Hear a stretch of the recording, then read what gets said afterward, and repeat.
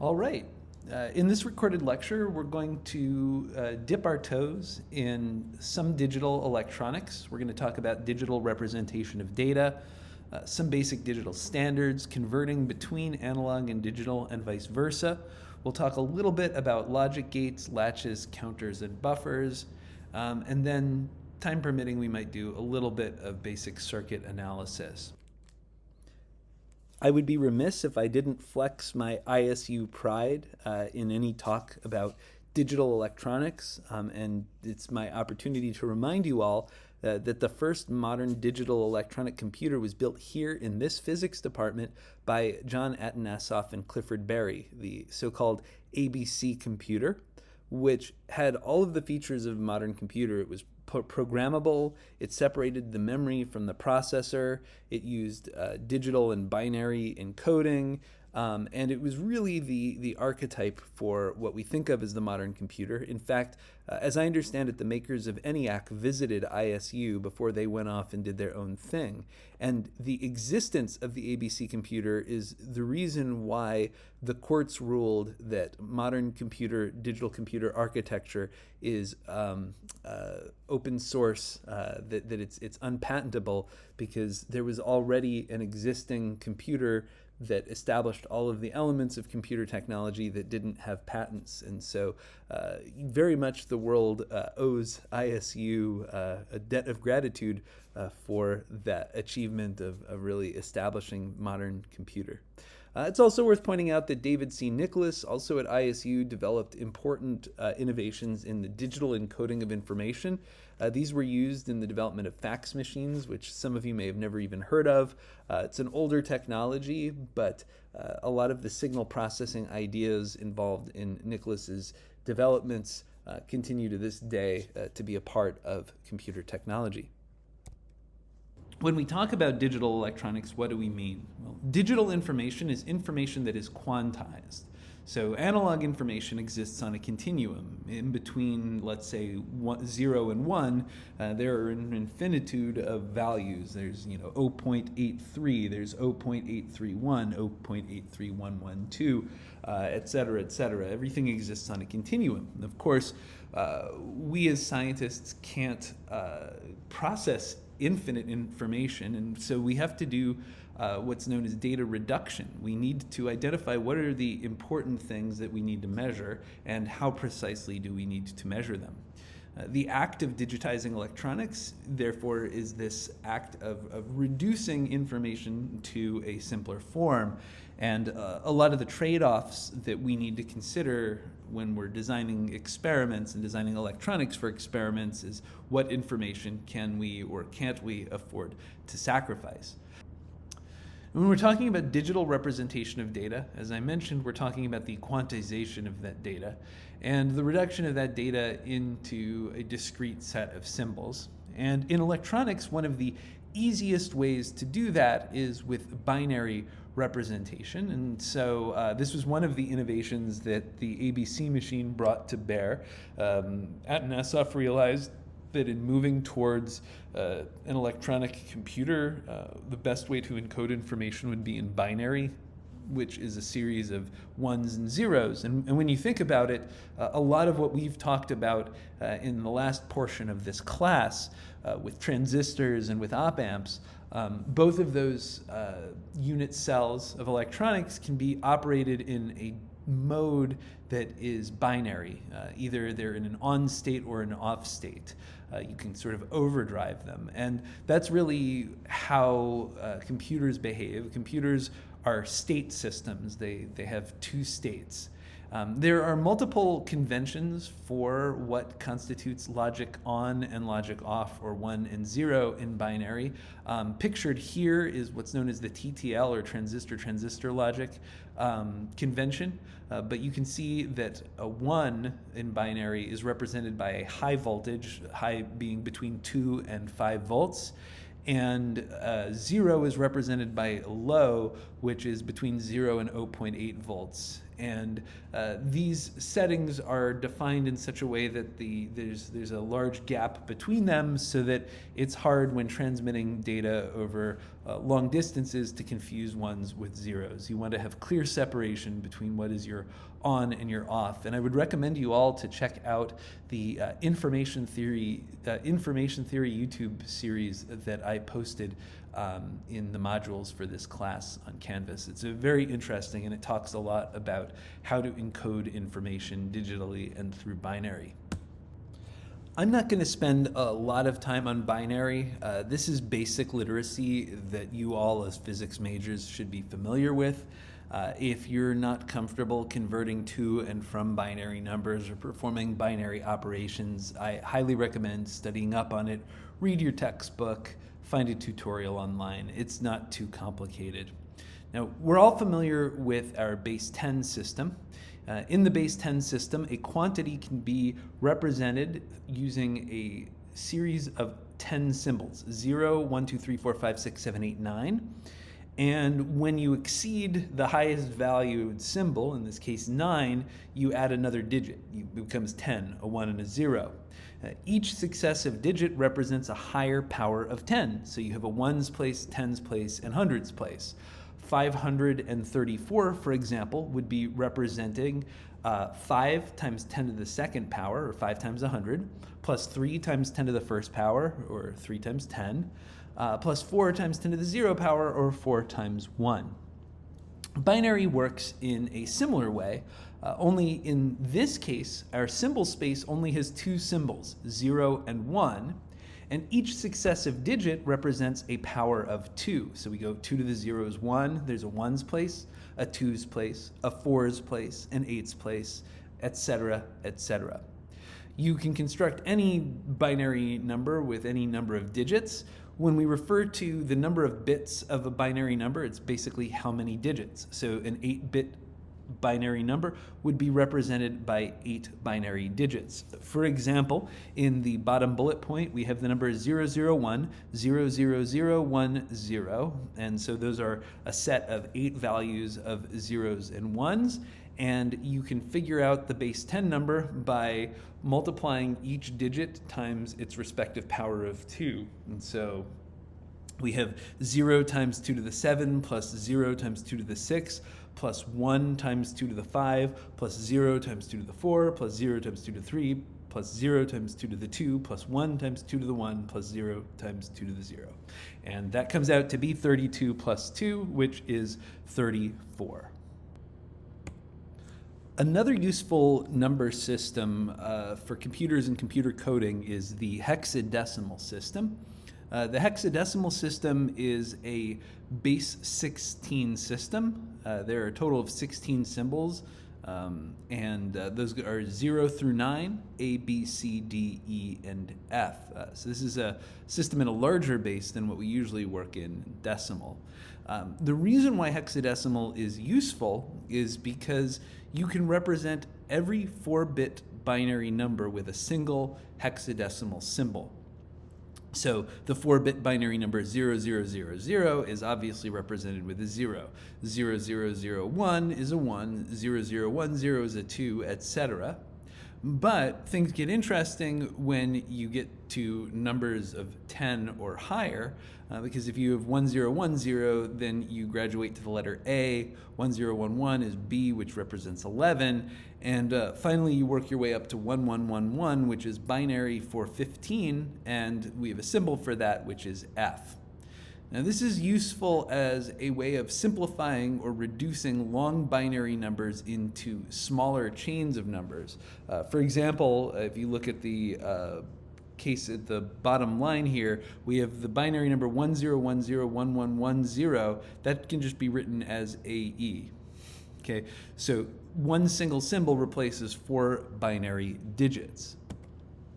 One case where this is used, actually in my own research, this is the manual to a LaCroix 3377, which is a KMac-based electronics card.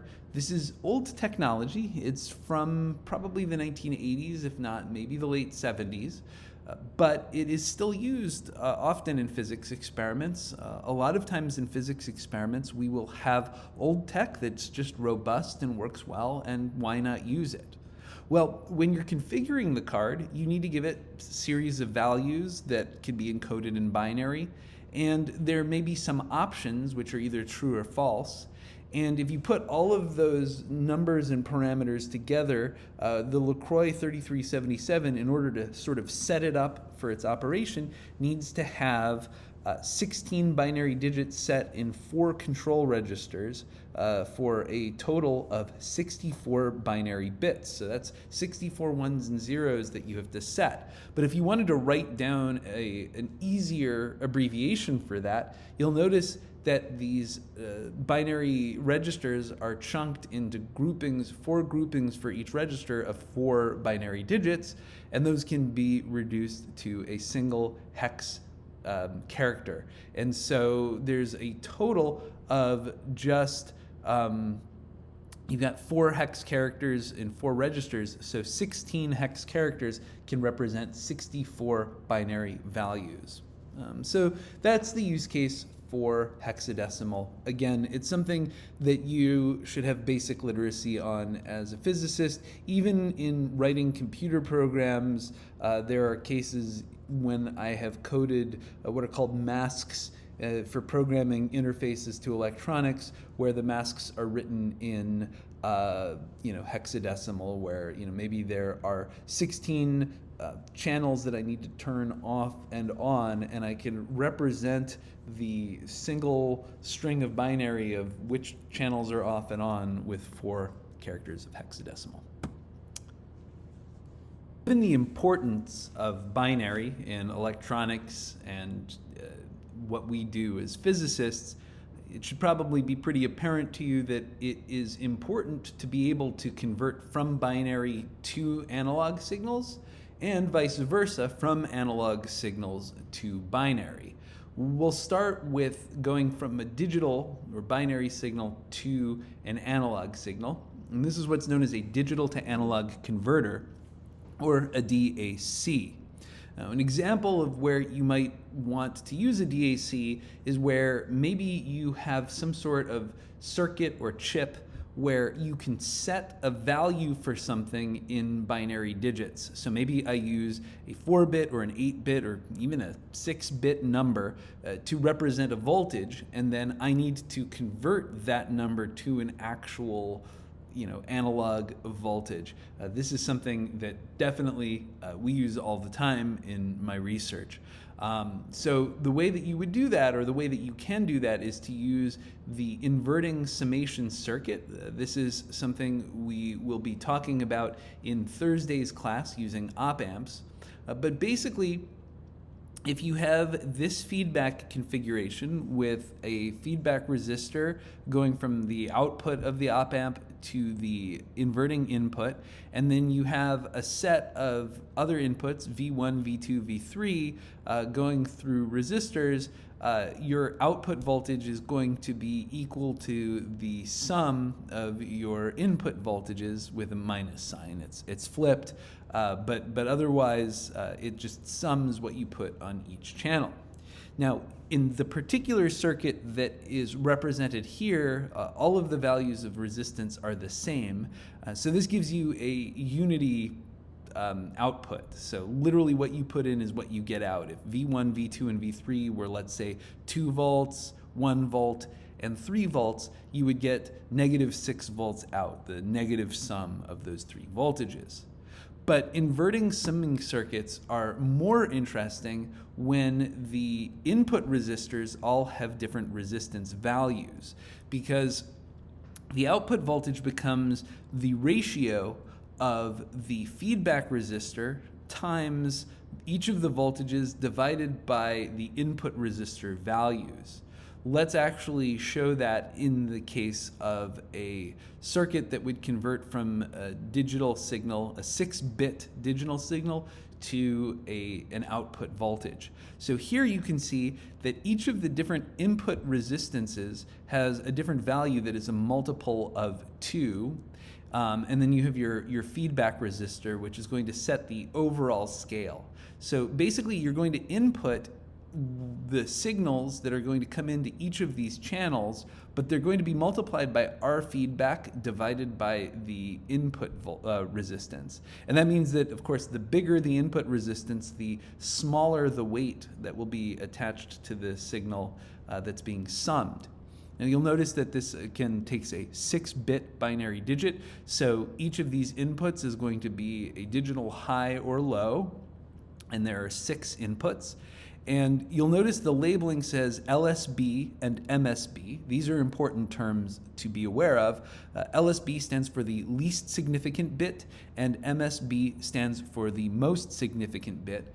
In the binary example that I have in the lower right corner here, 100101, the least significant bit is the rightmost digit, and the most significant bit is the leftmost digit. The least significant bit basically is the smallest digit in the number. You know, in decimal that would be the ones place. So if I had a number 1,385 in decimal, sort of the least significant digit would be the ones place, and the most significant digit would be the thousands place. Because if I'm off by 1 in the thousands place, I'm significantly wrong.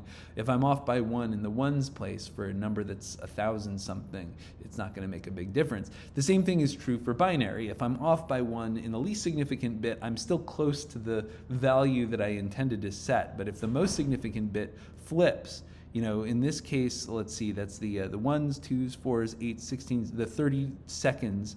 If I'm off by, you know, if there's a 0 where there should be a 1, or a 1 where there should be a 0, I'm off by 32. Whereas if the least significant bit is a 0 where it should be a 1, I'm off by only 1. So that's why it's called least significant and most significant. You can see that in this summation circuit, the least significant bit has 32 times the resistance value, which again, since that goes in the denominator of the sum, means that the least significant bit is going to be added with a weight that is a 32nd of the weight that the most significant bit has. Or another way of saying it is the most significant bit is going to have 32 times the weight as the least significant bit when we sum it together. The overall output voltage, therefore, is going to be equal to the high value, which we'll assume TTL in this example, so that would be 5, times the ratio of the feedback resistor to the input resistor.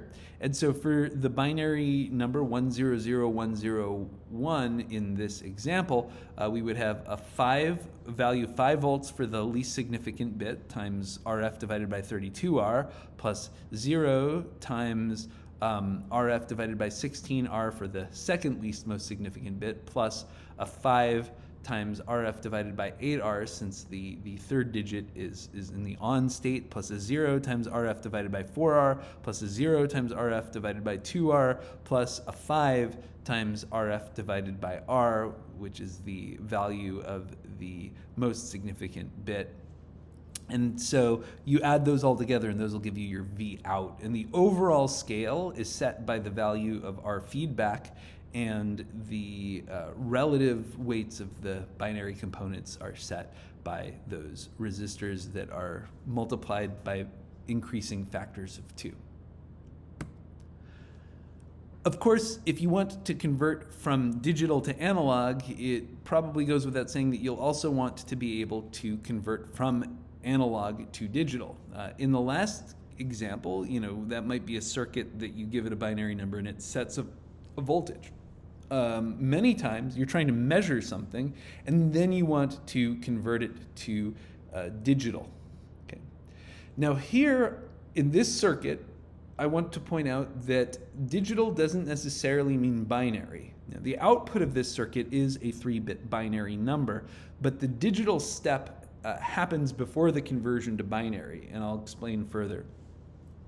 This is what's known as a flash ADC, and it is the sort of circuit that is actually interior to your oscilloscope. So your oscilloscope is making measurements at points in time using a flash ADC circuit.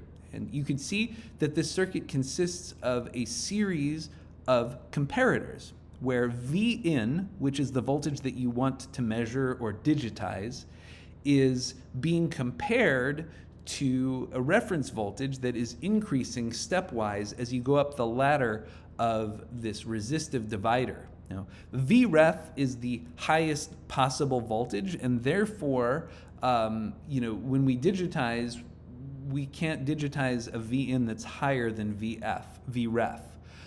But you step down from Vref and you can compare V in to Vref. Let me actually hash that out a little bit more. Let's say, for the sake of argument, that Vref is 8 volts, and we use the voltage divider shown here to sort of divide down the voltage so that each comparator is going to compare the input voltage to, starting from the bottom going up, 1 volt, 2 volts, 3 volts, 4 volts, 5 volts, 6 volts, and 7 volts.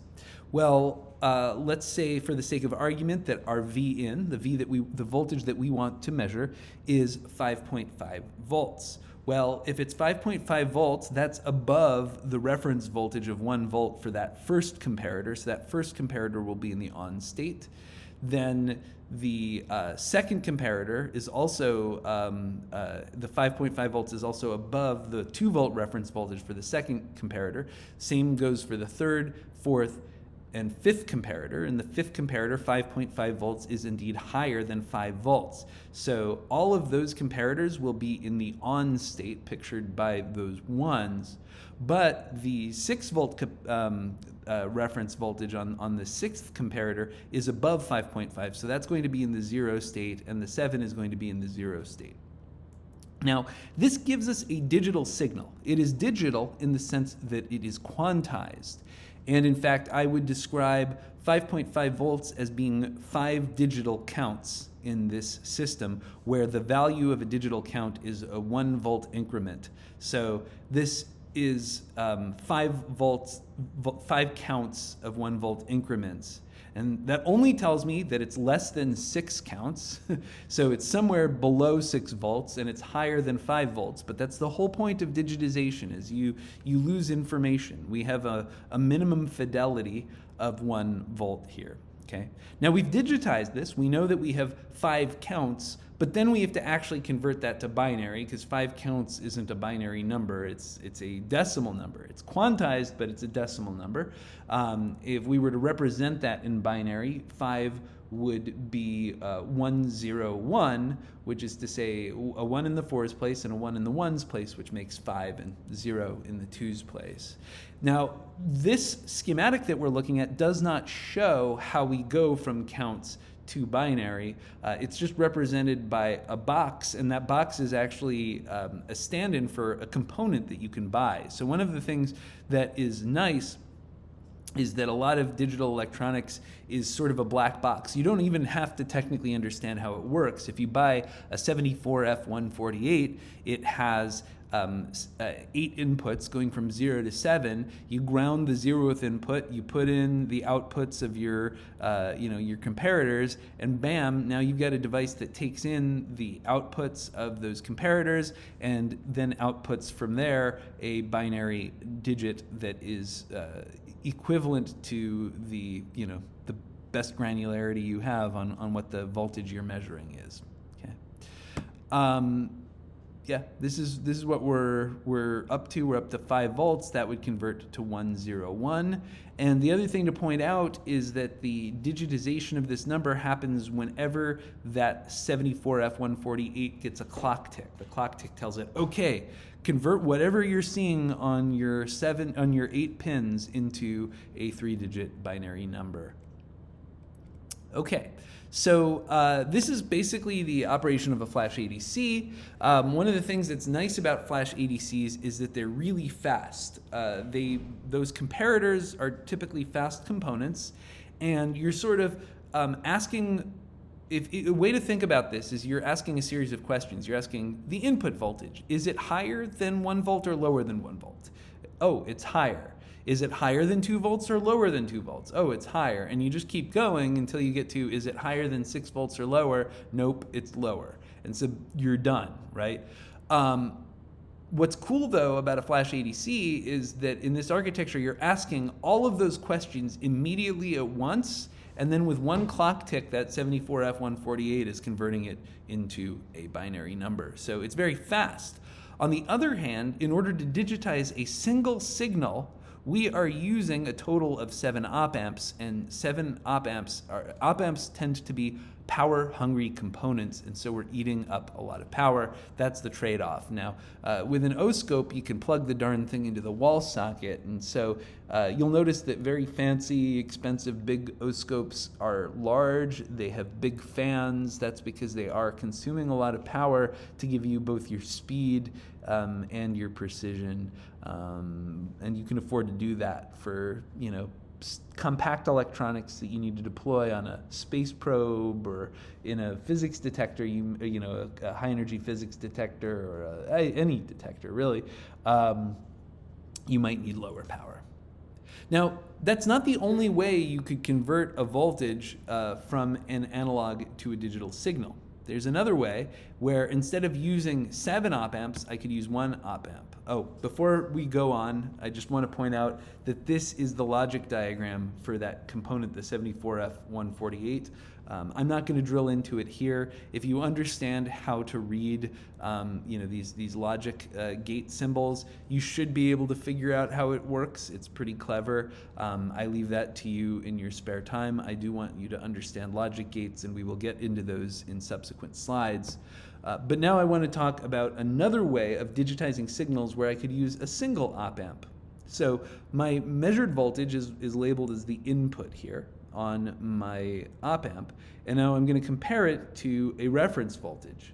But here, instead of having a lot of op-amps and a voltage divider that sets a bunch of comparator values that I compare simultaneously, I'm going to have one comparator value, but I'm going to ramp it up at a constant rate slowly. And as long as it is below my input signal, the comparator will be in the on state. And as soon as it climbs up above my input signal, the comparator will turn into the off state.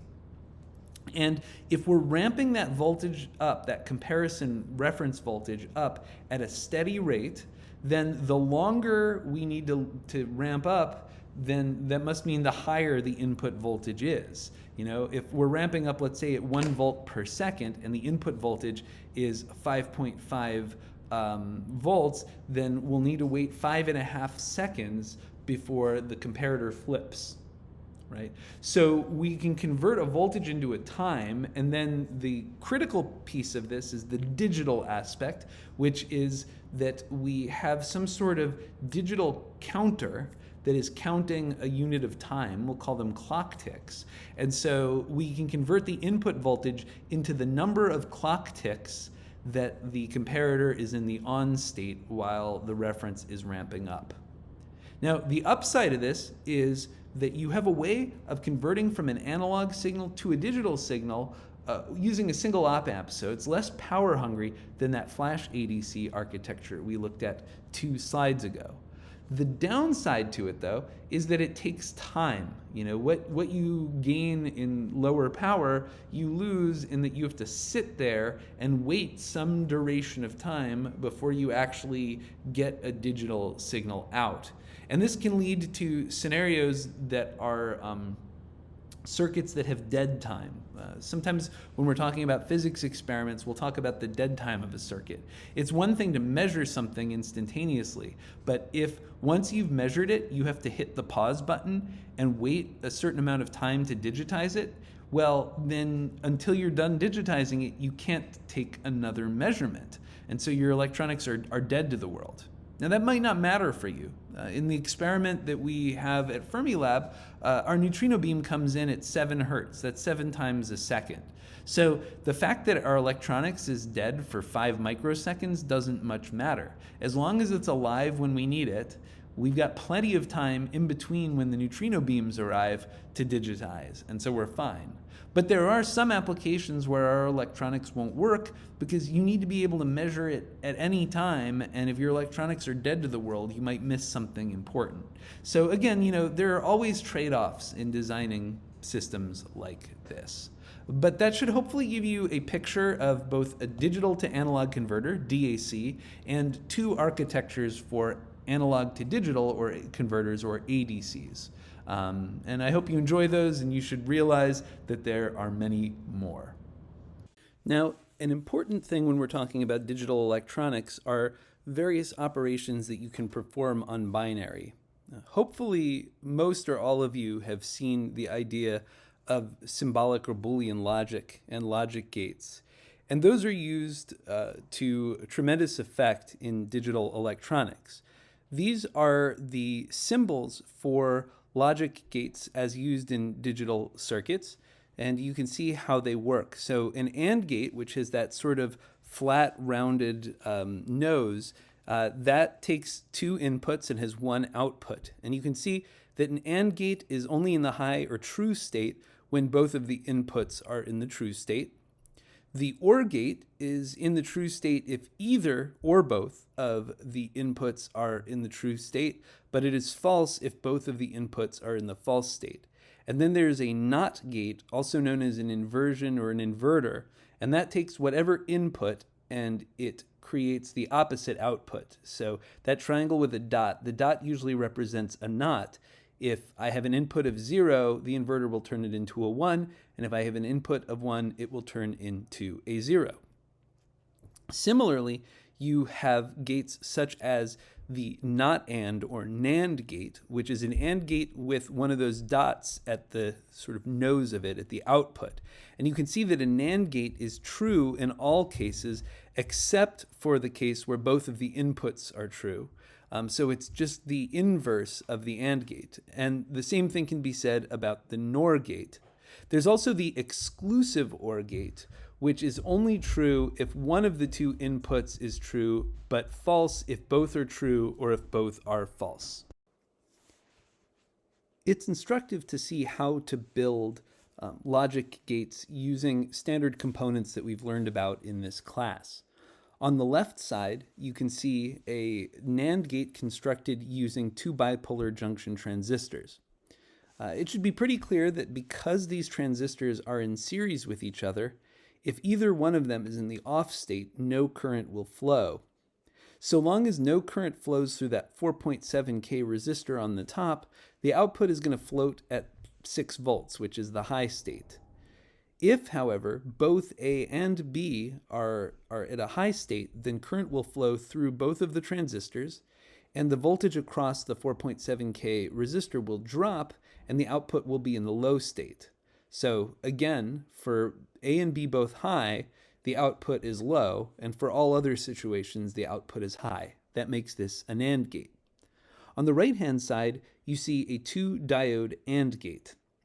If either A or B, or both A or B, are in the low state, then current will flow through the diode.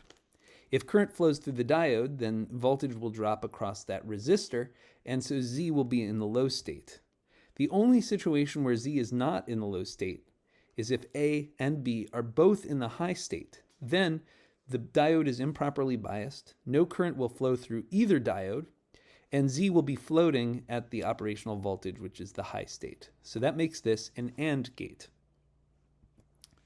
Now, while it's important to understand how logic gates can work using components, the good news is that most of the time you can rely on ready-built parts.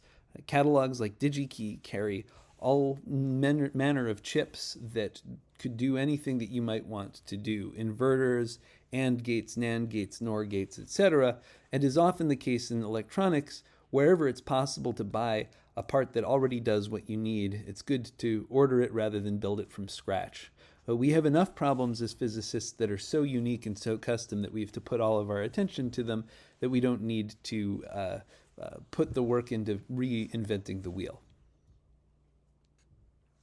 For a brief discussion, as I mentioned, there are multiple digital standards. These come from different architectures that were designed for electronics over the years, and I'm going to just talk briefly about them. The first of these common standards is what's known as TTL, or transistor-transistor logic. It was invented in 1961 by James Bowie, and it's based on bipolar transistors and resistors, similar to what we were looking at with that NAND gate.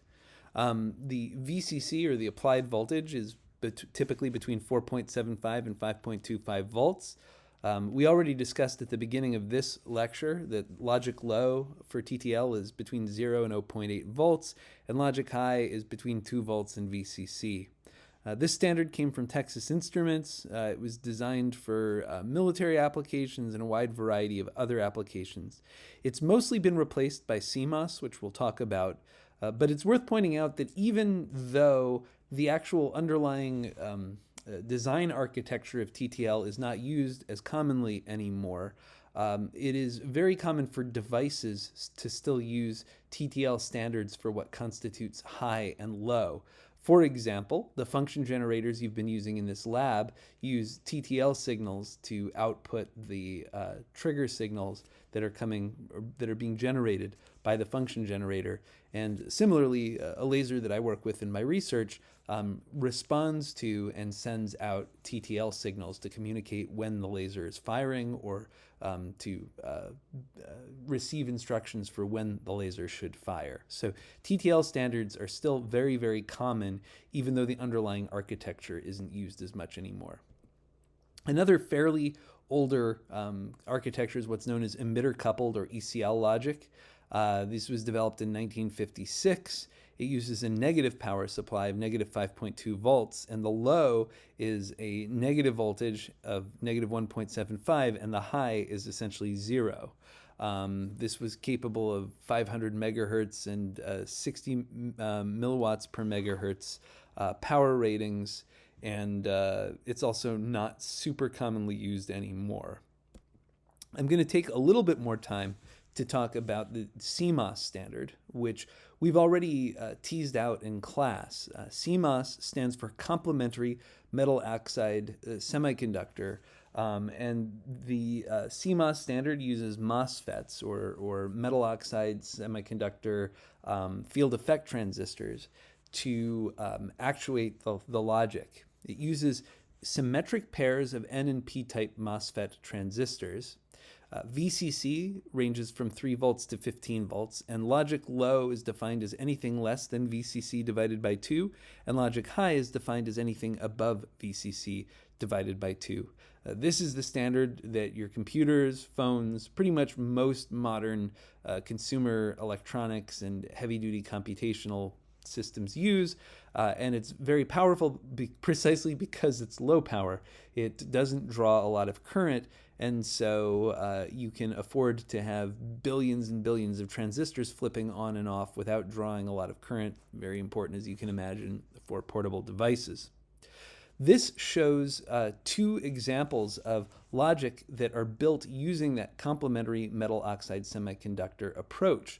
The complementarity is that you have 2 different pairs of transistors that respond oppositely to each other when biased at high and low. And so you have your A input and B inputs go to one of each, a pair of transistors that have that little not dot in front of them, and transistors that don't, that are in series.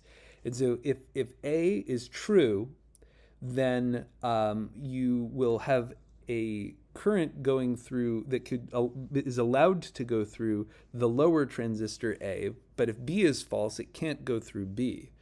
But if B is false, not B, among the pair of parallel transistors at the top is true, and so the output will be connected to VDD. So if A and B are both true, the output is connected to VSS, which is the low state, and if either A or B is false, then the output will be connected to VDD. This makes a NAND gate, but one of the interesting features that you'll notice about it is that there's never a situation where VDD is connected to VSS. You're connecting the output to a voltage, but no current is flowing, and that's key, or very little current is flowing, and that's key to the low power aspect of this. On the right, you can see what an inverter looks like for a CMOS-based complementary pair of transistors. And that complementarity, the NOT, if you will, comes from the fact that you have both a P-type and an N-type transistors paired together in this logic. As I mentioned, the advantage of CMOS is that it doesn't consume power in the steady state. One transistor is always in the off state, so no current flows. A way to conceptualize this is that the output is connected to a pull-up network and a pull-down network. When the pull-up network switch is closed, the pull-down network switch is open. So again, there's no way for power to flow from the positive to the ground, but the output is at least set to a positive high. When the pull-up network is open and the pull-down network is closed, the output is low. But again, these are always sort of complementary to each other so that you don't flow current from positive to ground. It's really clever. But the other thing that makes CMOS interesting is how it's produced. These complementary pairs are made by basically etching tracks and wells into a substrate and then depositing materials on top of them in a sequential order. And this can be done using photolithographic techniques to build up layers and layers of billions of transistors on a single chip fairly easily and efficiently and quickly. This is beyond my own personal area of expertise, but it's fascinating, and to me it's just amazing the technical capabilities that are required to do something like this. It's worth pointing out that nobody makes a single chip by itself. Chips are made in lots, and in fact you can have different kinds of chips made on the same lot, and you can work together with teams if you're trying to develop a chip set and maybe you want to make 40 or 50 chips, but that doesn't fill the entire substrate.